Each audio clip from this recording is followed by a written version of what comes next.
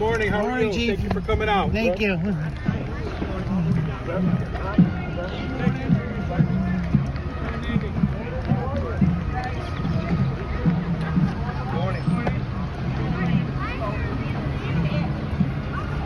I thought that was his headstone.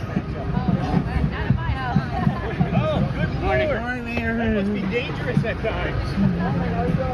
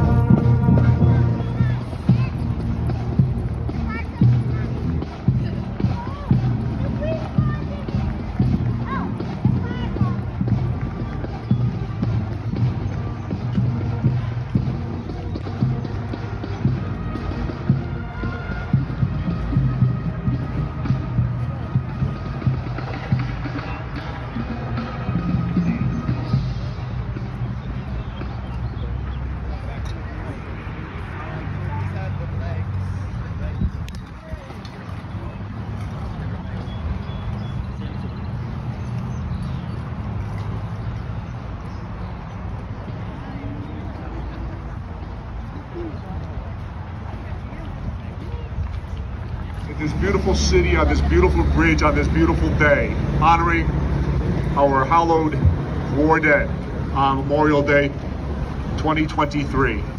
I'd like to introduce Chaplain Stan Piotrowski of the Polish Legion of American Veterans, who will give us our opening prayer. Uncover, please. Dear Almighty Father, we thank you for this beautiful Memorial Day as we come to remember those who paid the supreme sacrifice for our freedom, so that we may have life, liberty, and the pursuit of happiness. We also remember their families who have paid the price of suffering from their loss. And we ask that you bless each and every veteran throughout the country who has served it and continues to serve, and that our fallen heroes may rest in peace until we see them again. We ask this in your name. Amen.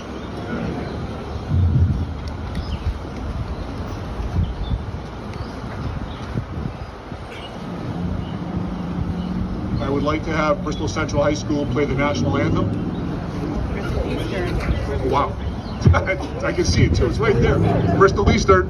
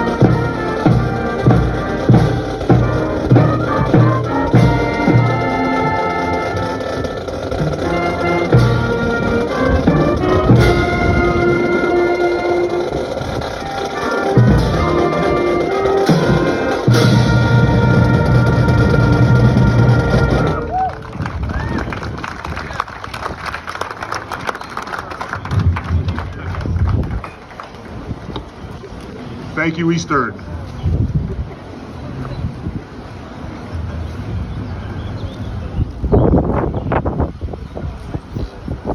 Right now, I'd like to have our POW MIA ceremony by Master Sergeant Tim Gamache and Command Sergeant Major Ed Litherman.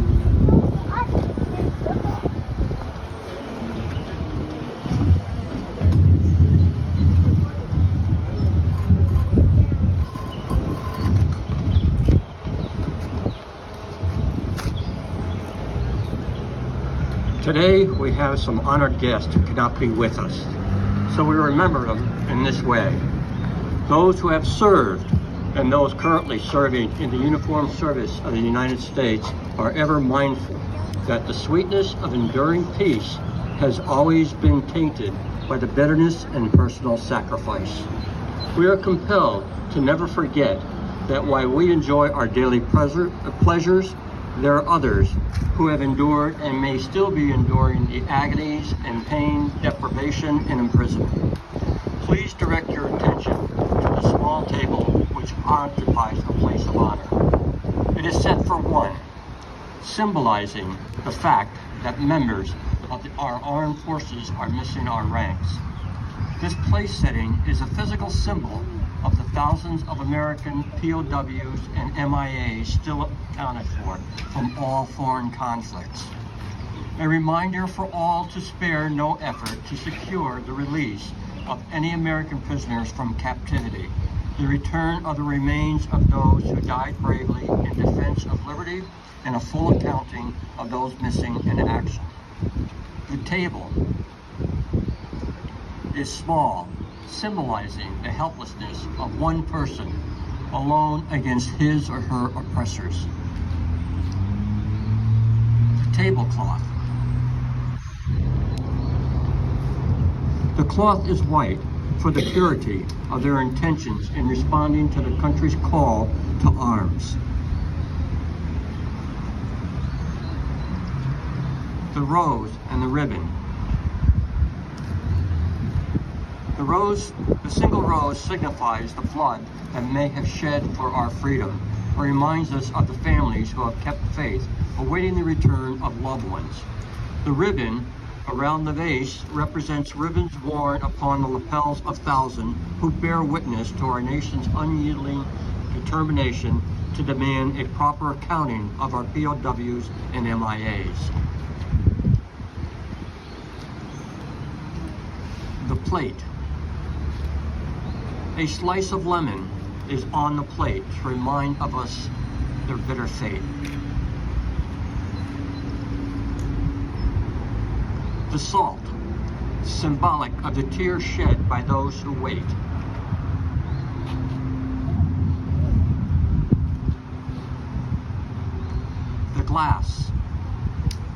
The glass is inverted, for they cannot toast with us today.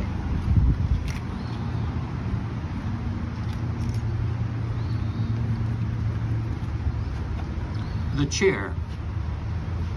chair is empty, for they are not here with us. The candle is a light of hope which lives in our hearts to illuminate their way home out of their oppressors and into the arms of a grateful nation.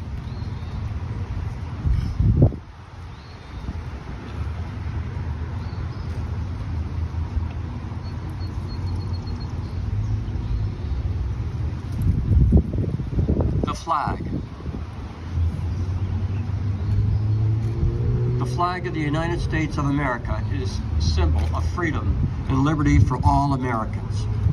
The colors on the flag represent red, valor, bravery; white, purity and innocence; blue, vigilance, perseverance, and justice.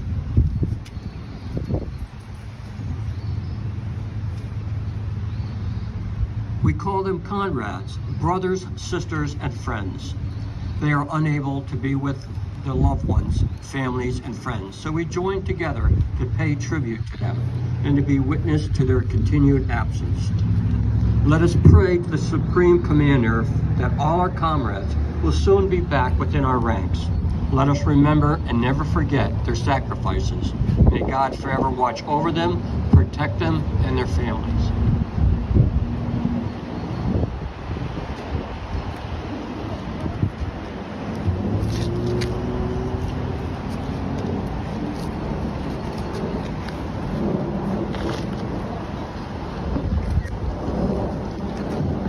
Thank you, men. I'd like to introduce Bristol's Mayor Jeff Caggiano.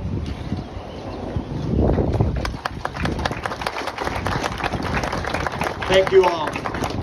Very solemn day for all of us, and what struck me most today is we thanked as many veterans as we saw walking down the boulevard. Before I finished the words, "Thank you for your service," several of them said, "My honor."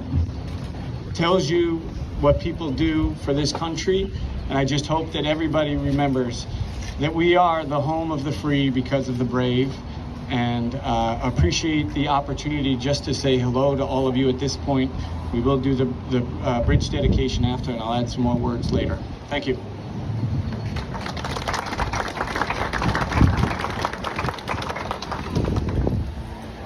I'd like to have First Sergeant Retired Rick Corello introduce our guest speaker for today. Good morning and welcome. I would like to thank you all for attending today. I am going to give a biography of our guest speaker, Command Sergeant Major Retired Edward Litherland. Command Sergeant Major Edward G. Litherland comes from a family with a long history of over 180 years military service. Members of his family serving in the military are his grandfather, Army Air Corps; father, Army; two uncles, Air Force and Navy Seabees; brother and son, Army.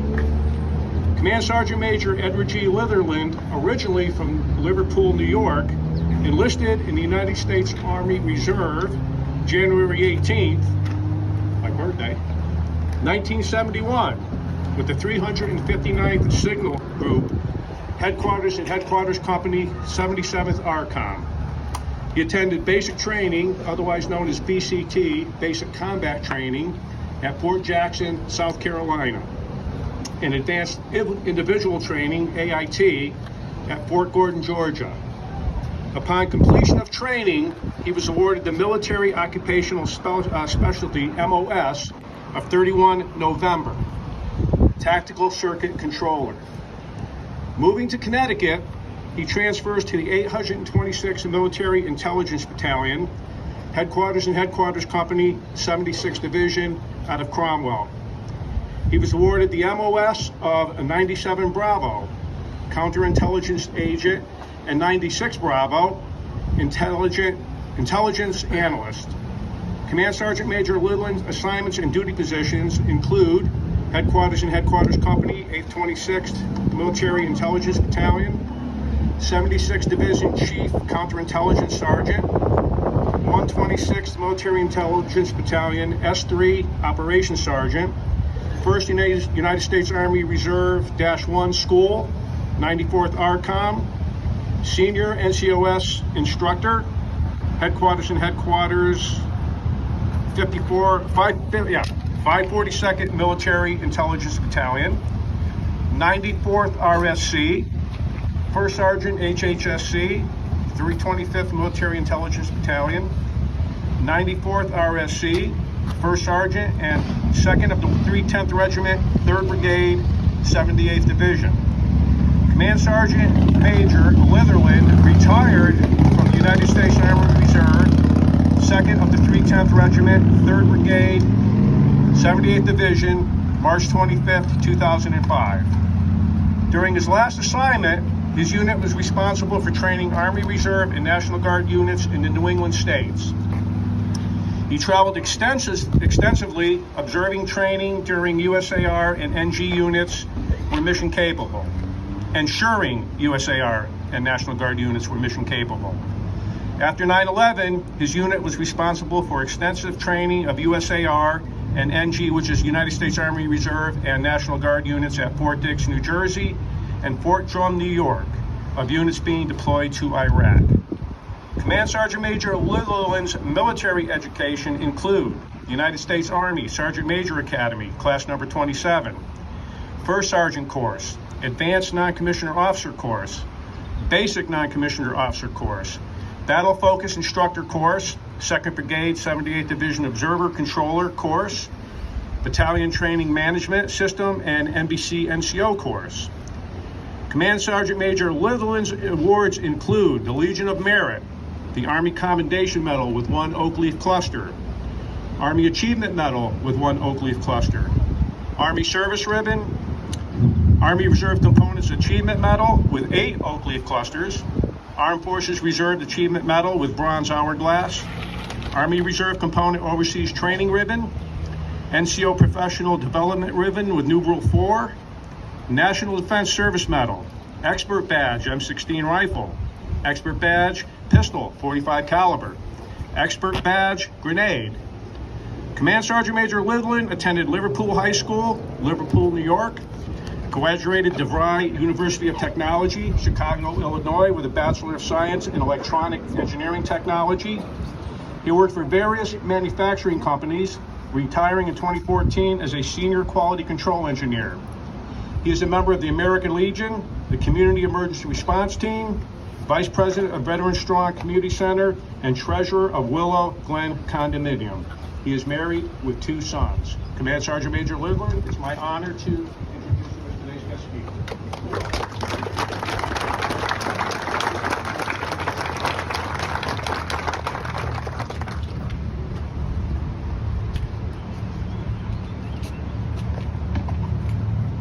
First off, thank you very much, Dave, for that introduction. Second, I want to welcome everybody who's in attendance. What is the true meaning of Memorial Day? Most people think Memorial Day as a day off from work, a long weekend, a barbecue, or picnic with family and friends, taking a short vacation, watching a parade, and celebrating the start of summer. Is this what Memorial Day is all about? Let's begin with a little history lesson about the long journey of what we now know as Memorial Day. Memorial Day was originally known as Decoration Day, which originated from the Civil War in 1865 as a tribute to the fallen soldiers of the Union Army. The ceremony was marked by prayer and decorations of fallen soldiers' graves with flowers. In 1868, John A. Logan, the Commander-in-Chief of the Grand Army of the Republic, gave the General Order Number 11 to all members of the GAR in 17 states to take part in what wasn't yet a true national holiday on May 30th, for the purpose of spreading flowers and otherwise decorating the graves of comrades who died in defense of their country. Mary Kimball, private secretary to Commander Logan, suggested all heroic soldiers whose lonely graves, many which are unmarked, are remembered in the same beautiful way which Logan agreed and initiated as a wonderful way to honor those who died.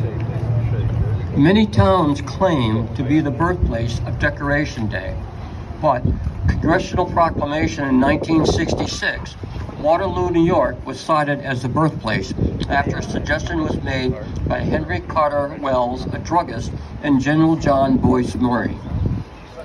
As the United States found itself in the middle of another conflict, World War I, a holiday changed to commemorate American military personnel who died in all wars.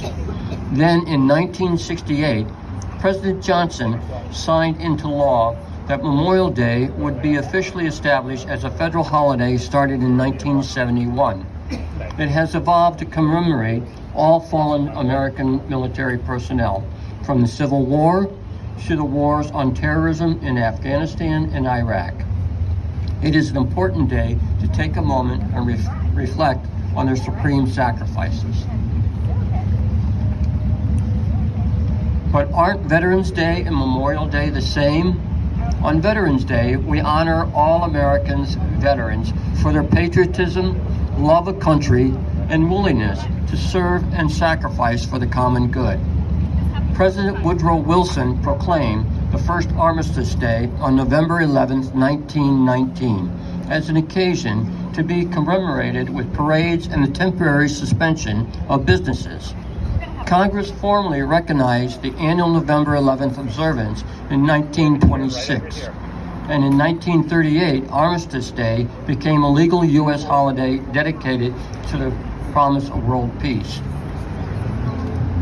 Toward the end of the following decade, however, public sentiment toward the celebration of peace was shifting towards the recognition of the sacrifices made by the 16+ million Americans who have participated in World War II. According to the U.S. Department of Veterans Affairs, the first official National Veterans Day event took place in Birmingham, Alabama in 1947.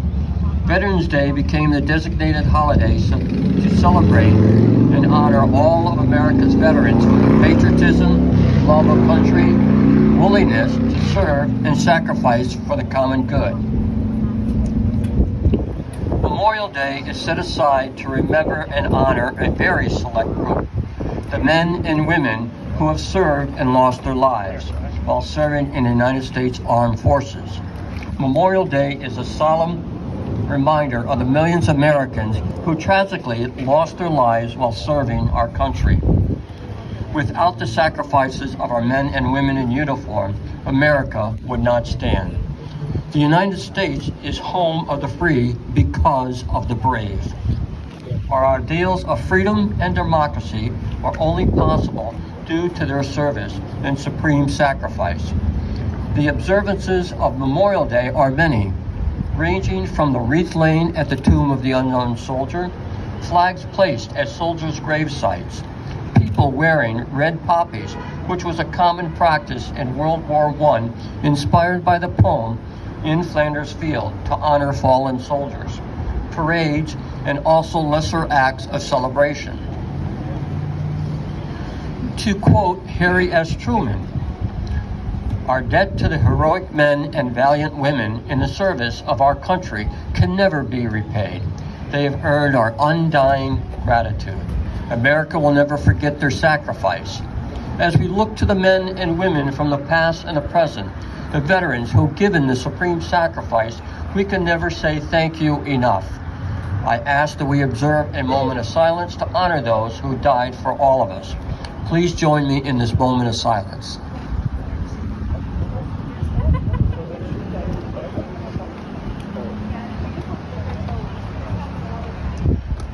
Thank you, and may God bless the United States of America and all veterans.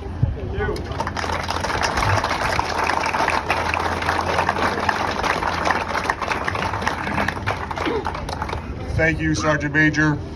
And how about a round of applause for our little musician here? Well done. We do have an ambulance coming to make sure she's checked out. It's the right thing to do.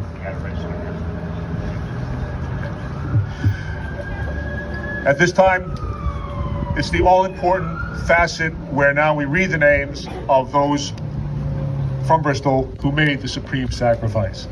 And we're going to start with World War I with First Sergeant Retired Rick Carello.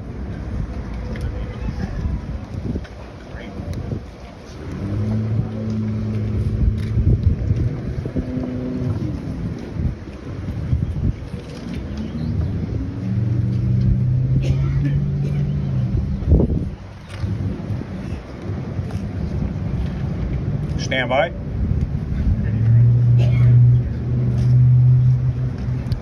These are names of the fallen of World War I. Anthony Benliaric, William R. Bolton, John J. Bresnahan, Reginald L. Brown, Sebastian Carenza, Carl S. Carlson, Bertrand J. Carroll, James J. Caverdi Jr., Theron B. Davis, Herman DeCole, James E. Dooley, George A. Downs, Vern R. Downs, Timothy J. Driscoll, Walter E. Durgan, Archie D. Eastland, Roy F. Edmond, Leon G. Fink, Wilbur Fish, Ernest Firth, John M. Flanagan, Dewey S. Green, John Gutska, Eric G. Hedquist,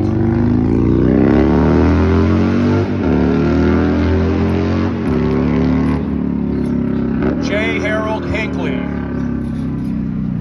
Montague S. Horsley, Richard W. Eibel, Theodore Eisel, Max Killian, August A. Kowalski, Damas J. LaFrance, William Legacy, Morris Lapp, Elmer G. Linden, Raymond W. Merrow, A. Dewey Munn, William Newman, Vito Nistico, William D. Nolan, Fritz Oberg, Robert Potts, Joseph V. Pratt, John Prohoda, Augustus F. Reed, Eugene Rodolphi, Floyd W. Ritter, Leon R. Roberts, William J. Schaefer, John J. Skelski, Arthur B. Stevenson, Albert L. Taylor, John P. Zilko. That's it for World War I.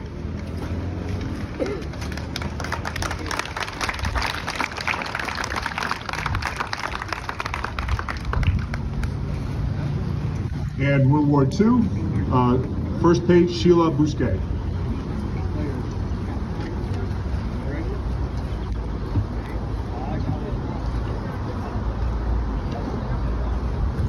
Edwin J. Ardensky, Harold N. Orby, William J. Bachman, Ernest L. Bacon, Henry G. Bartlett, James J.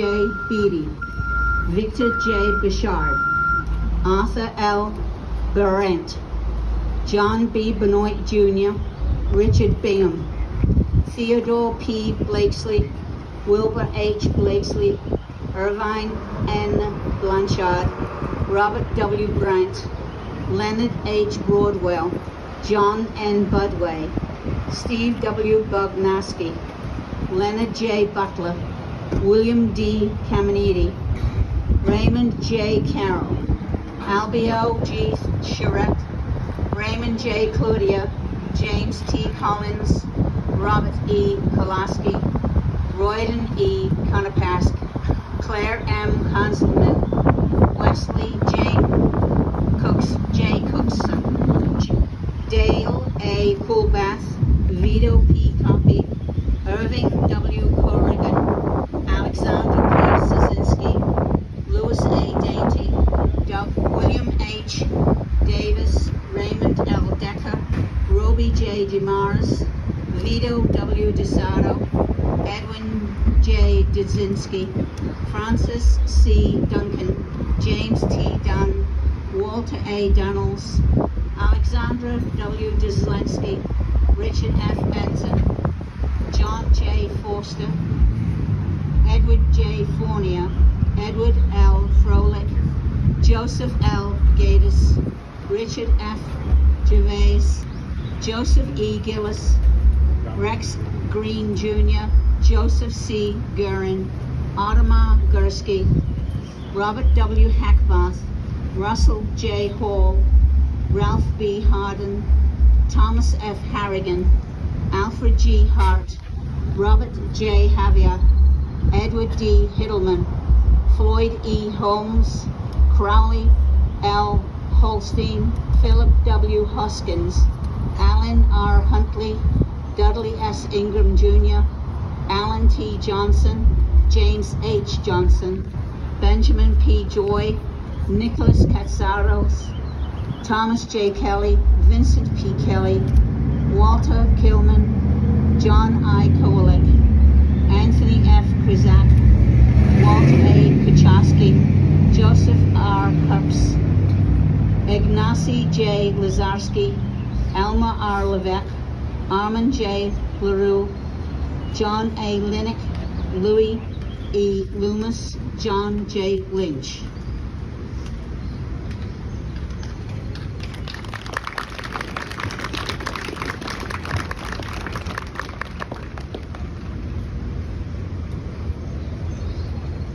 Joseph Manzone, Adelard A. Marcial, Joseph Marseglia, Whitfield Martin, Darius Masako, Victor J. Mastriana, Donald J. McMahon, William J. McCoskey, James L. Mitchell, Vincenzo J. Maroney, Alexander Nielsen, Dominic T. Nicotera Jr., Vito M. Pigliaro, Joseph N. Parenti, Robert F. Penta, Louis A. Peters, Anthony P. Petrowski, Joseph N. Petrowski, Roland A. Phoenix, Thomas C. Poland Jr., Patrick G. Pozzella, John V. Quinto, William J. Berdaskowitz, Reginald B. Rajun, Joseph Raponi, Dennis A. Rich Jr., Harold Reinflesh, James F. Reardon, Chester J. Sutletsky, Donald L. Short, Harrison M. Smith Jr., James E. Sorensen Jr., William J. Spielman, Thomas C. Stanley, Stanley F. Staskowitz, Frank Stenger Jr., Edward Zukowski, Harold R. Teller, Philip Testa, Rocco A. Testa, William M. Peer, Robert E. Therian, Raymond D. Thompson, Willard J. Toussaint, Robert F. Turner, Paul H. Vaness, Peter Ventrella, Raymond H. Vibey, Norman E. Wasley, Bromley L. Webb, Joseph P. Weeks, Harold W. Wheeler, Ernest A. Wilson, William F. Winters, Wayne L. Wong, Frederick J. Woodard, Edmund A. Zibikowski, Francis B. Zabrowski, Edward G. Zaransky, Bronislaw Sukowski. May they all rest in peace.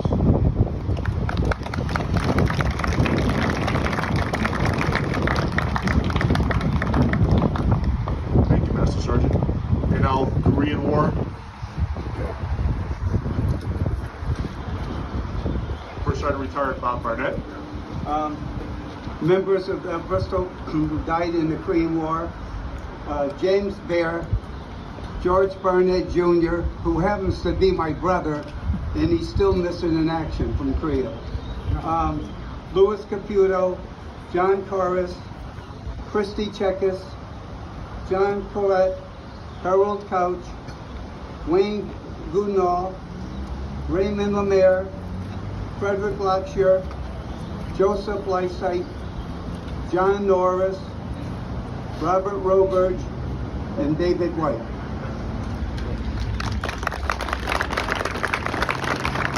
Thank you, First Sergeant. And now, Vietnam will be Rich Pelletier. Yeah, sorry, Rich Bennett, sorry.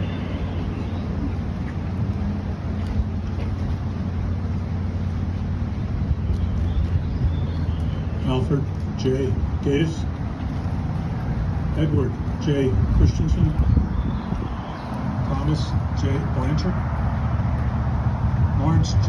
Pelletier, Melvin A. Wade, Roland P. Levesque, Gilbert Thibault, Robert M. Jacob, Philip F. Messico, Aldo E. Riley, David B. Emmett, Matthew M. Canfield Jr., David D. Willett, Peter P. Beadle, Joseph J. Caparello, Eugene R. Johnson, and Douglas J. Beveridge. May they rest in peace.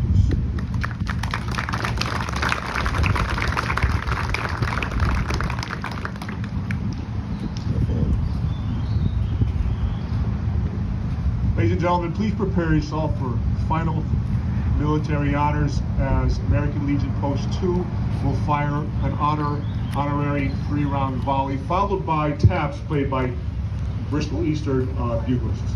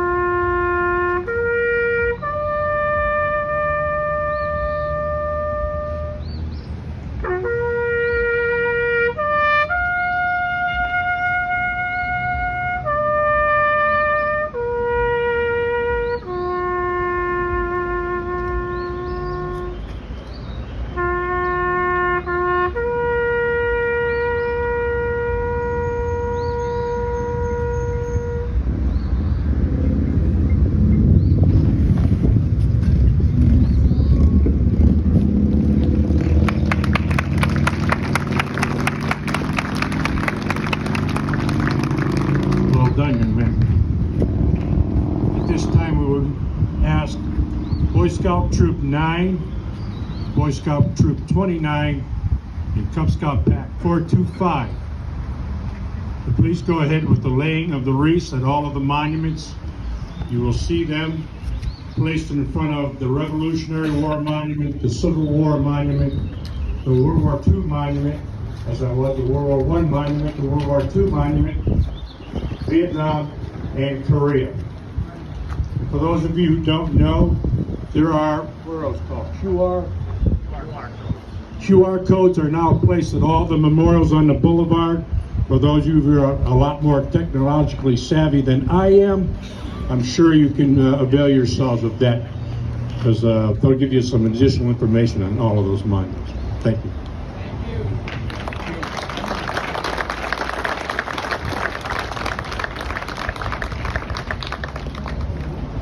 And we'll have our closing prayer by Stanley Piotrowski from the Polish Legion of American Veterans. Uncover, please. Dear Almighty Father, as we bring closure to this Memorial Day, we ask that our government leaders and our educators continue to teach our young about the importance of our military and the soldiers who have fought, so that they may enjoy the freedoms they have today. And we ask that you continue to bless America. God bless.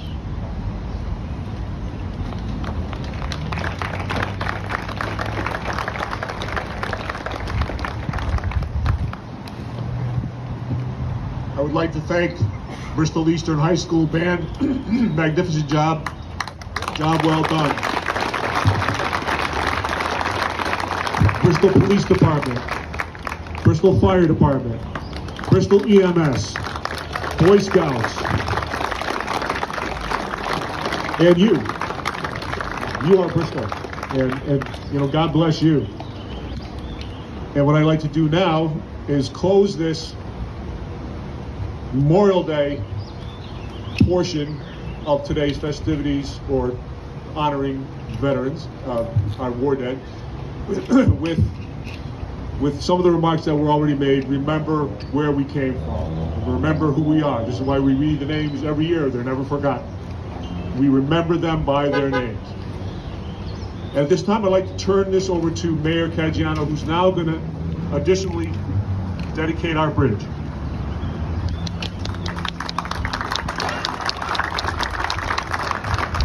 Now that our military ceremony is over, if you feel like you need to take a seat, this is okay time to do that. Thank you all for your patience today, and it's a great honor to be here on behalf of all the elected officials, both past and present, that made this bridge come to life.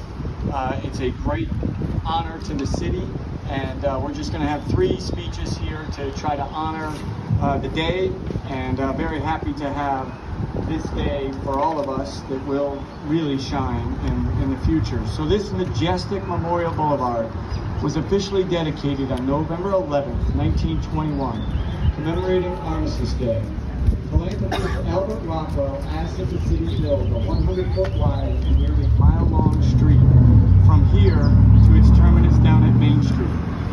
In return, he granted 12 acres of land where the newly dedicated Bain School now stands. The iconic World War I monument at the end of the boulevard was dedicated on Shipperary Day, April 19th, 1924.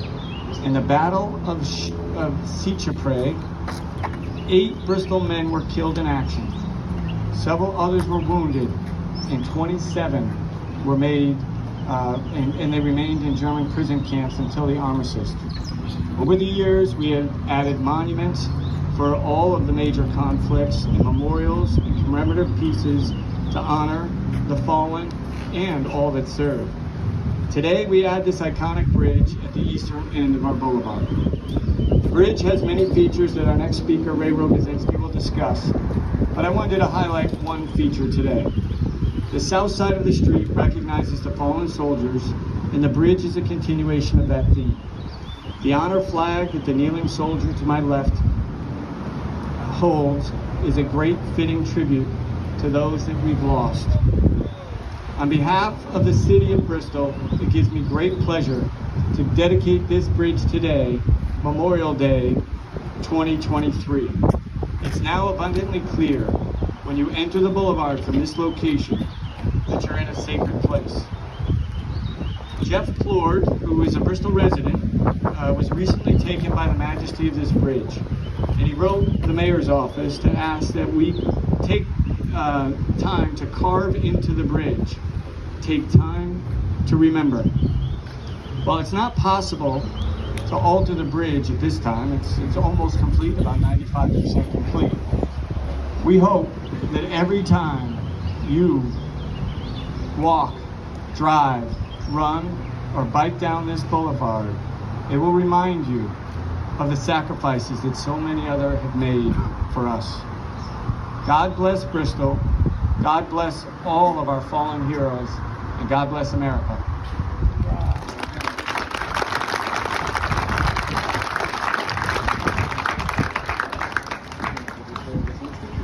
So up next we have Ray Rogozinski from our Public Works Department. Ray is the Public Works Director that has worked on this bridge tirelessly with many others. And Ray is going to talk to you a little bit more about the bridge itself.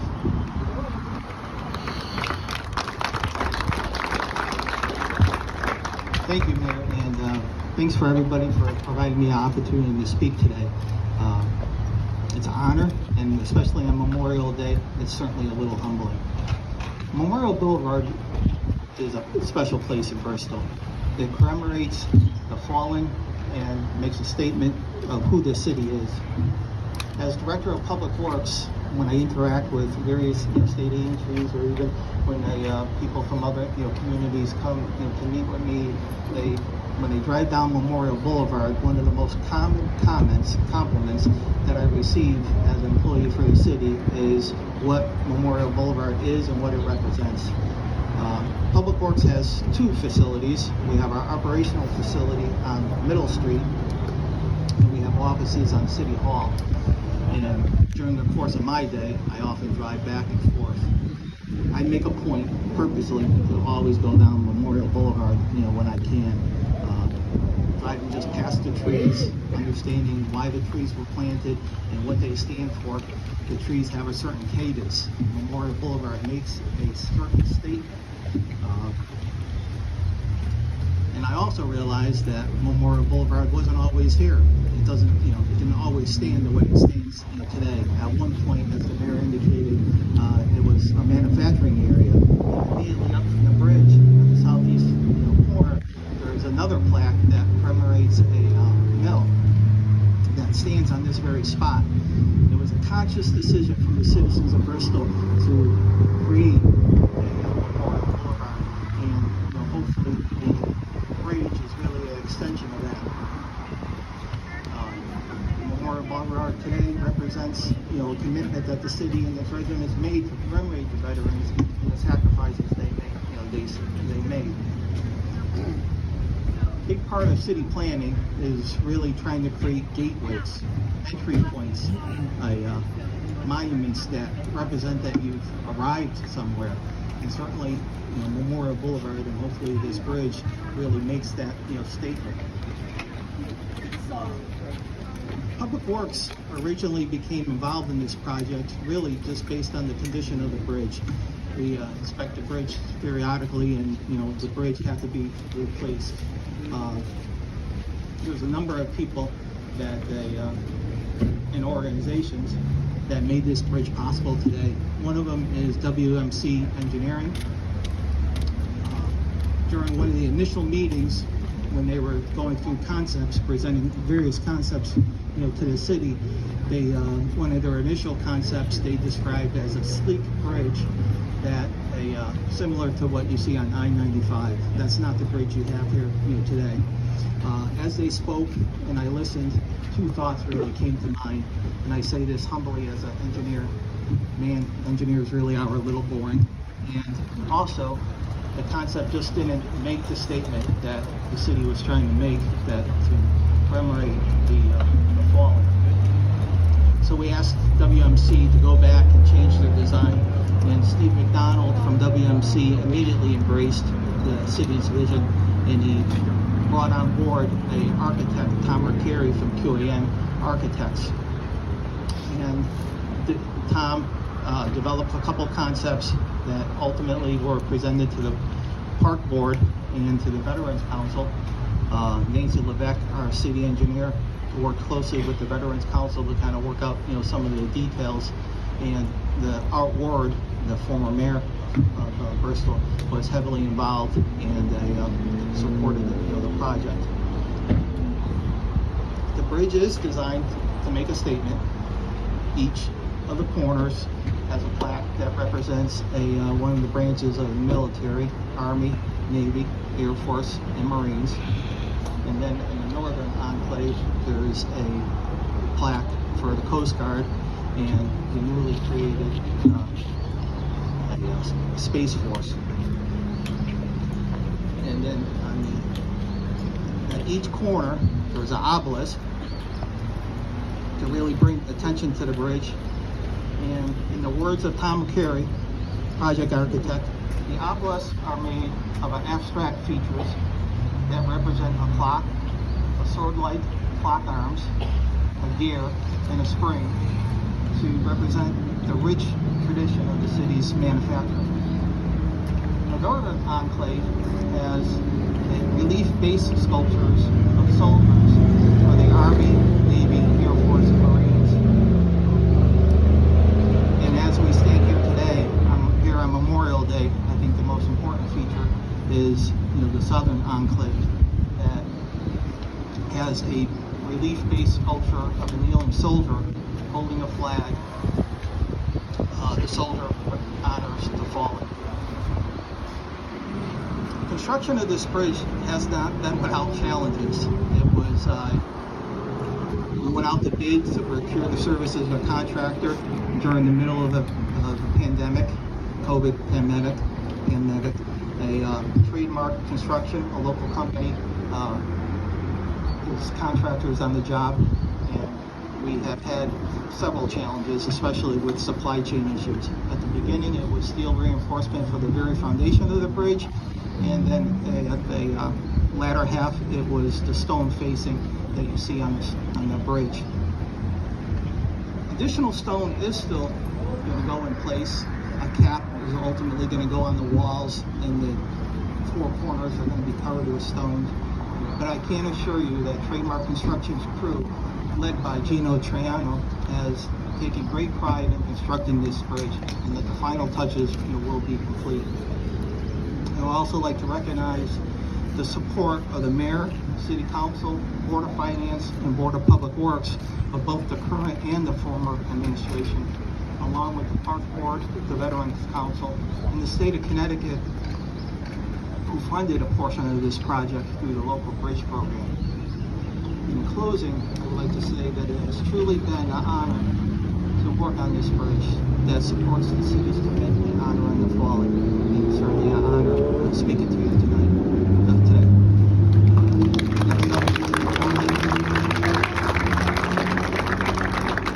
And our final speaker of the day is Josh Medeiros from the Parks and Rec Community and Youth Services Department.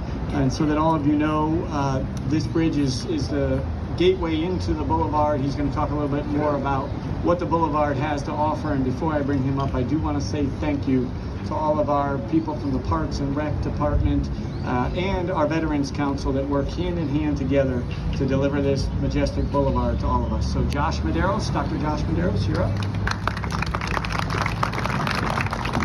Good morning. On behalf of the Board of Park Commissioners and the Bristol Parks, Recreation, Youth and Community Services Department, I want to thank Ray and the entire Public Works Department for their partnership on this bridge project. We are all so proud of this bridge and everything it represents. This is truly the grand entrance the boulevard deserves. Round of applause. At this time, I want to draw your attention to a few other impactful projects that we've been working on over the past few years that will further enhance the experiences of thousands of individuals that visit the Veterans Memorial Boulevard each and every year. The first project, as Tim mentioned earlier, is a brand new Audible tour which provides visitors with audio narration of the history and significance of each of the monuments. What makes the audio tours incredibly special is that the narrators were voiced by Bristol veterans and community members. With the help of Chris Access, this Audible tour is accessible via QR codes as well as the Chris Radio app for those who are vision impaired. The project forever memorializes the reflections of our local hometown heroes and provides an educational and inclusive experience for all. At this time, I want to recognize the many contributors who made this project a reality. This includes the Bristol Veterans Council, Chris Radio, the Bristol Lions Club, and Deputy Superintendent of Parks Sarah Larson. Thank you for your leadership, time, and commitment to this critical project. At this time, I would like to ask these individuals to step forward. This includes Board Chair of Chris Radio, Paul Young, and President of the Bristol Lions Club, Everett Lyons, for just a very brief statement.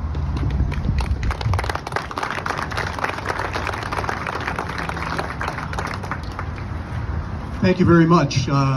As mentioned earlier, I am Paul Young. I'm Chairman of the Board of Chris Radio. We are very pleased to partner with the Lions Club in the city of Bristol to bring this beautiful boulevard to especially those folks that are print handicapped or blind. Chris Radio has been in business for over 40 years, and we've expanded from a radio reading service 24/7 to bringing this type of beautiful boulevard alive to the print and blind community of Connecticut. Thank you so much for all your help, and please enjoy the QR codes that are out there.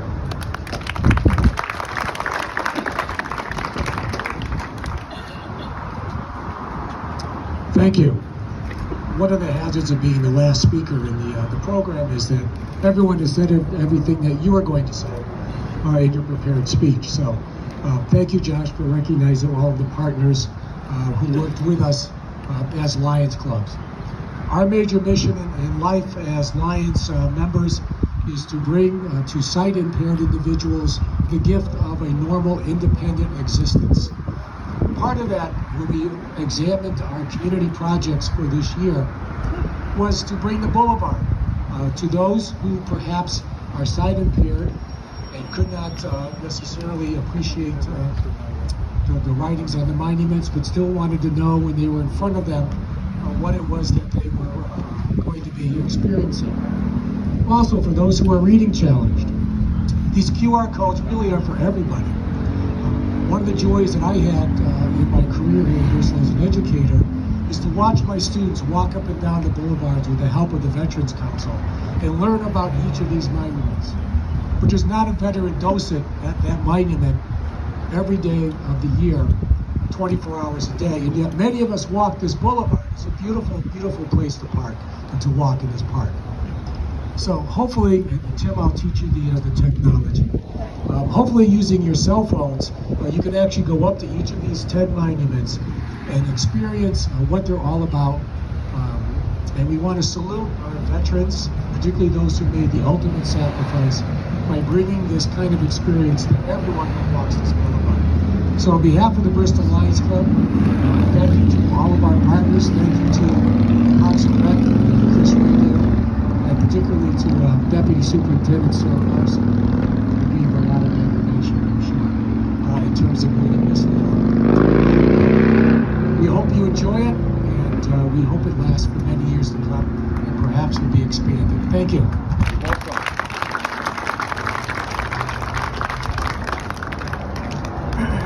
In addition to the audio tour that we hope you explore on your way out of the boulevard, as you head back to your vehicles, we also invite you to stop by the pond for a brief dedication service right here for the Team Bristol Bench.